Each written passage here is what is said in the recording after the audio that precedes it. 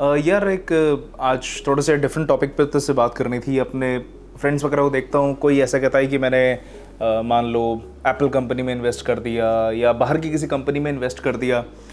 सुनने में तो बड़ा एक्साइटिंग लगता है कि यार अच्छा मतलब बाहर भी हम इन्वेस्ट कर सकते हैं इंडिया से। बट एक्चुअली मैं ब्लैंक हूँ कि भाई बाहर इन्वेस्ट करना कैसे है, क्या कोई डायरेक्टली करता है या कैसे करता है, कोई माध्यम के थ्रू जाना पड़ता है? तो मुझे इस बारे में जानना है। पहले इस क्वेश्चन का आंसर देता हूँ कि मोड क्या है आपके पास। दो मोड्स आते हैं, या तो आप इंडियन म्यूचुअल फंड हाउसेस के थ्रू करो। इंडियन म्यूचुअल फंड हाउसेस मतलब यहाँ पे जो यहाँ के म्यूचुअल फंड्स है, लाइक ICICI हो गया, मोतीलाल हो गया, और भी फंड हाउसेज हैं जो US में इन्वेस्ट करते हैं।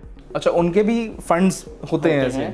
जैसे वो वहाँ का, बट वहाँ पे रिस्ट्रिक्शंस है, वो मैं बाद में बताऊँगा। एक पॉजिटिव साइड और एक नेगेटिव साइड में, ठीक है। पहले तो एक हो गया एक म्यूचुअल फंड आप कर सकते हो, दूसरा होता है कि आप डायरेक्टली कर लो।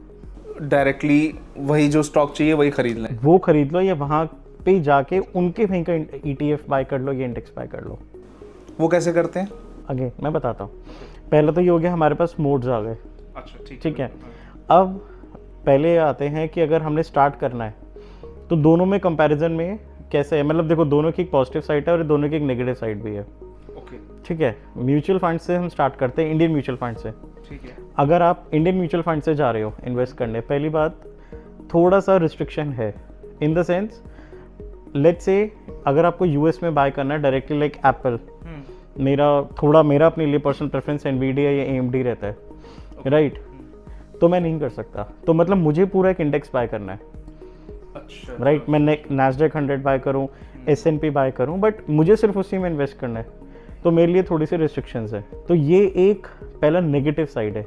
और लास्ट ईयर जैसे कि सेबी ने थोड़ा सा रिस्ट्रिक्शंस डाल दिया था, फॉरेन जो इन्वेस्टमेंट जा रही थी फंड हाउसेस के थ्रू बाहर इंडिया से, ओवरसीज इन्वेस्टमेंट से, तो वो 7 बिलियन था उसका टारगेट। तो वो जब ऑलमोस्ट अबाउट टू रीच था तो वहाँ पे रिस्ट्रिक्शंस थी, जिसकी वजह से काफ़ी फंड डिसकंटिन्यू हो गए। राइट, डिसकंटिन्यू जैसे टेम्परेरी पॉज आ गया उनमें, राइट। तो अगर अब मुझे और इन्वेस्ट करना है तो मैं रिस्ट्रिक्ट हो गया, राइट। मुझे सारी गाइडलाइंस अबाइड करनी है सेबी की।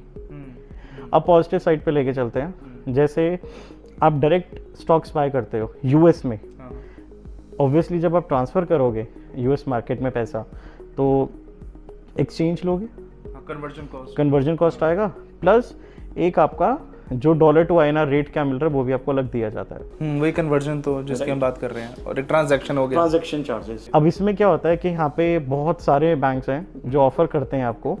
दो प्लेटफॉर्म्स ऐसे हैं लाइक इंडिया में जो आपको थोड़ा सा एक अच्छे वे में आपको, मतलब इन द सेंस कि वहाँ पे ट्रांजैक्शन कॉस्ट आपकी सेव होती है, बेटर रेट्स देते हैं आपको, कन्वर्जन रेट भी बेटर और ट्रांजैक्शन कॉस्ट निल है।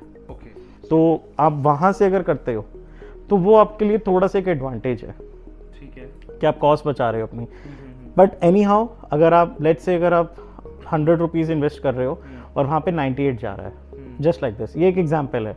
वेरे सब म्यूचुअल फंड में कुछ भी बाय करते हो, आपने अगर 100 रुपया डाला तो वो 100 ही इन्वेस्ट हो रहा है, सही बात, पूरा उधर जा रहा है, ठीक है। और अब यहाँ पे ये तो उसकी एक पॉजिटिव साइड अब आपकी ये आ गई कि आपको कुछ सोचना नहीं है कि ठीक है, और आपके चार्जेस बच रहे हैं कन्वर्जन के, इसके लिए आपको कुछ नहीं है। अब इसमें आता है कि थोड़ा सा टैक्सेशन एडवांटेज भी आप कह सकते हो, कि जैसे अगर आप फॉरेन में डाल रहे हो पैसे, अगर आप वहाँ पे डायरेक्ट स्टॉक्स बाय करते हो तो 2 साल के बाद, अगर आप 2 साल से पहले निकालते हो तो वो आपकी इनकम में ऐड होता है। 2 साल के बाद 20% टैक्सेशन लगता है आपको डायरेक्ट स्टॉक्स में। अगर आप ETF बाय करते हो वहाँ पे तो 3 साल का पीरियड हो जाता है, वो 3 साल तक आपकी इनकम में ऐड हो जाएगा। 3 साल के बाद वो आपको 20% टैक्सेशन है। वेरेज यहाँ पे आपको फ्लैट है कि 30 डेट की तरह ट्रीट होगा वो, कि आप यहाँ पे लाओगे जब भी 30% टैक्सेशन है। तो ये बेटर है आप कह रहे हैं, इन द सेंस कि आपको सोचना नहीं है कि यार वहाँ मुझे, मतलब एक पर्सनल वे में कि आपको सोचना नहीं पड़ रहा, मैंने एप्पल रिडीम किया और एक मैंने इंडेक्स करा, यहाँ 20 पे करना था, यहाँ 30 था, जस्ट लाइक दैट। यहाँ पे आपको एक ही चीज़ पता कि बस मेरी टैक्सेशन है, कि यही टैक्सेशन है मेरी, राइट। वहाँ पे ये चीज़ें नहीं पता लगती डायरेक्ट में। और अब इसके अंदर जो एक लास्ट पॉइंट और आता है कि अगर आप रिपैट्रिएट, मतलब जब आप फॉरेन कंट्री से इंडिया में पैसा ला रहे हो in case of direct investments, right, again जब वहाँ पे भी जो रेट चल रहा होगा, लेट्स से मैंने 5 साल पहले पैसा डाला US में, उस time INR to dollar like 60 rupees था और आज वो 80 है, तो मुझे पैसा थोड़ा ज़्यादा मिल रहा है, बट ये वाइस वर्सा भी हो सकता है। हाँ, but in case of mutual funds मुझे कुछ ऐसे रेट्स के लिए नहीं सोचना अच्छा, कि मैं रिपैट्रिएट कर रहा हूँ तो अब करूँ या क्या करूँ, वो मुझे अपना एनएवी दिख रहा होता है। ठीक है। प्लस जो सबसे बड़ा डिसएडवांटेज जो आपको इंडियन म्यूचुअल फंड से जो मैंने ऑब्जर्व किया है वो ट्रैकिंग एरर का होता है। इसके लिए अगर मैं आपको एक सिंपल सा रीज़न दूँ, ट्रैकिंग एरर को एक सिंपल टर्म में अगर बताऊँ, जिसका मतलब होता है अगर आपका जो भी बेंचमार्क है, इंडेक्स फंड और ईटीएफ हम क्या कहते हैं कि वो अपने बेंचमार्क को कितने क्लोज फॉलो कर रहा है। Okay, right. अगर लेट से इंडेक्स ए ने 10% रिटर्न दिया तो आपका फंड कितना दे रहा है? अगर वो 9.7 दे रहा है तो यानी कि वो भी अपने बेंचमार्क को बीट नहीं कर पा रहा, वो उसके क्लोज और जा रहा है या उसके ऊपर जा रहा है, हम वो परफॉर्मेंस देखते हैं। तो अगर अभी भी मैं बात करूं दोनों फंड्स को कंपेयर करके, आईसीआईसीआई में कंपेयर कर रहा था, उसका 1 साल का नेगेटिव रिटर्न 9 समथिंग है, वेरस मैंने वहाँ की डायरेक्ट ईटीएफ कंपेयर करी इन्वेस्को ट्रिपल क्यू, उसकी जो 1 साल का रिटर्न था वो -7 था। अच्छा, यहाँ पे ज़्यादा नेगेटिव, यहाँ ज़्यादा नेगेटिव किया। Okay, right. तो ये भी एक कौन है। अब वहीं डायरेक्टली अगर आप इन्वेस्ट कर रहे हो तो वहाँ आपको एडवांटेज किस किस चीज़ में मिल गया? एक ट्रैकिंग एरर से बचते हो। बिल्कुल। आप अगर पैसा डाल रहे हो, जब आप वापस लेते हो तो हम अभी तक तो ये पैटर्न देखते ही आए हैं कि डॉलर एप्रिशिएट ही हो रहा है इन टर्म्स ऑफ रुपी। बिल्कुल। तो अगर आज 80 का है, आज 70 का है, आपको कुछ भी मिलता है, कल को जाकर आपको 120 मिला, तो मार्केट एप्रिसिएशन प्लस रुपी एप्रिसिएशन, आपके पास दोनों चीज़ें आ रही हैं। तो इस केस में देखो, अगर मेरी पर्सनल प्रेफरेंस हो और मेरे को अगर ट्रांजैक्शन चार्जेस सूटेबल मिले, लाइक मैं एक बहुत बड़ा इन्वेस्टर नहीं हूँ मार्केट में, बट अगर मुझे लगता है कि हाँ ठीक है, अगर मैं हर साल 3 लाख इन्वेस्ट कर सकता हूँ और मेरे को ट्रांजैक्शन चार्जेस कम जा रहे हैं, तो मैं शायद डायरेक्ट पे ऑप्ट करूँगा। और क्योंकि मेरी प्रेफरेंस है, मैं डायरेक्ट एप्पल बाय कर सकता हूँ, मैं डायरेक्टली एनवीडिया बाय कर सकता हूँ, और वहाँ पे और जो इंडेक्सेस हैं मैं कोई भी इंडेक्स उठा सकता हूँ, मैं oil and energy resource index उठा सकता हूँ, कुछ भी। वेयरएज इंडियन म्यूचुअल फंड्स पे अभी थोड़ा रिस्ट्रिक्शन है। तो देखा जाए तो मतलब डायरेक्ट अगर इंडियन म्यूचुअल फंड से भी करना चाहें तो वो ख़राब नहीं है, इट्स पर्सनल प्रेफरेंस। क्योंकि अगर जैसे मैं सोचूं आपके ऑपोजिट, अगर मैं सोचने लग जाऊं तो मैं ये कहूँ यार मुझे वो टैक्सेशन का भी झंझट नहीं देखना, ये रुपी डिप्रिशिएट हुआ एप्रिशिएट हुआ, मुझे इसकी टेंशन भी नहीं चाहिए, और प्लस मुझे ट्रांजैक्शन कॉस्ट, कन्वर्जन कॉस्ट, ये सब पे भी ध्यान नहीं देना। डायरेक्टली फंड उठाया, मेरे को मुझे 5,000 डालने दे, 5,000 डाले, खत्म। वहाँ पे मुझे लगा 5,000 डाले, गए वहाँ पे 4,000। और इसमें आपको एक पीस ऑफ माइंड मिल रहा है। हाँ, अभी मतलब हाँ बिल्कुल। एक चीज़ और छोटी सी ऐड करता हूँ, पहले लाइक एक TCS होता है which we call tax collection at source.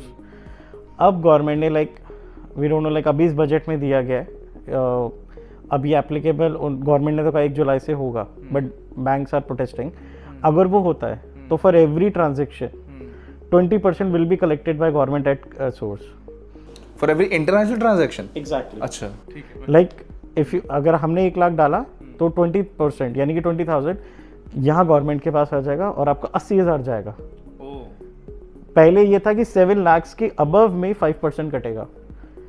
तो इससे क्या है कि लाइक मेरे जैसे छोटे इन्वेस्टर्स हैं वो अब डीमोटिवेटेड रहेंगे। लाइक मेरी इन्वेस्टमेंट ही 3 लाख की है अगर, तो मेरा अगर 60,000 कट रहा है तो मेरे को कॉन्फिडेंस नहीं आएगा। और ये 60,000 गया नहीं, ये आपके टैक्स के हिसाब से फाइल कर सकते हो, बट इस केस में आपके लिए मैंडेटरी हो गया कि आपको ITR फाइल करना है। अच्छी बात है, ITR फाइल करना हो तो सही है। बट अगेन ये म्यूचुअल फंड का बेनिफिट है, अगर आपकी इनकम टैक्सेबल नहीं है, आप बाहर कर रहे हो, अगर आपकी इनकम में ऐड हो रहा है, वो 3 साल से पहले निकाला, टैक्सेशन नहीं है, तो हु केयर्स। तो ये भले हम डायरेक्टली जो आपने बताया कि सोर्सेज हैं, डायरेक्टली अगर इन्वेस्ट करें या म्यूचुअल फंड के थ्रू इन्वेस्ट करें, दोनों में TCS कटेगा। म्यूचुअल फंड्स में कुछ नहीं है, अगेन वो आपको सिंपल पीस ऑफ माइंड दे रहा है। और आपके जैसा फाइनेंस savvy बंदा जो खुद इतनी रिसर्च करता रहता है टॉपिक्स के ऊपर, फंड्स के ऊपर, तो उसका एक ना इंटरेस्ट होता है कि यार मुझे ना यही स्टॉक में डालना है, मैंने इसकी ग्रोथ देखी है, मैंने इसका चार्ट स्टडी करी है इस पे। एग्जैक्टली। तो ठीक है, वो पर्सनल, तो in the end it's personal choice, but हमारे पास ये दोनों ऑप्शन हैं इस तरह से कैसे भी इन्वेस्ट। तो मतलब ये म्यूचुअल फंड और डायरेक्ट इन्वेस्टमेंट ऐसा नहीं है कि ये अच्छा है ये बुरा है, ऐसा नहीं है। सबके अपनी पॉजिटिव और नेगेटिव साइड है। तो आज आपने जाना कि आप कैसे ग्लोबल इक्विटीज़ में इन्वेस्ट कर सकते हैं, और वो जो मोड्स हैं उनमें से आप किस मोड को चूज़ करना चाहते हैं, इट्स योर डिसीजन। इन्होंने यहाँ पे सारे उसके प्रोज एंड कॉन्स समझा दिए हैं। तो अगर आपको ये वीडियो अच्छी लगी होगी तो आप इसे लाइक करिएगा।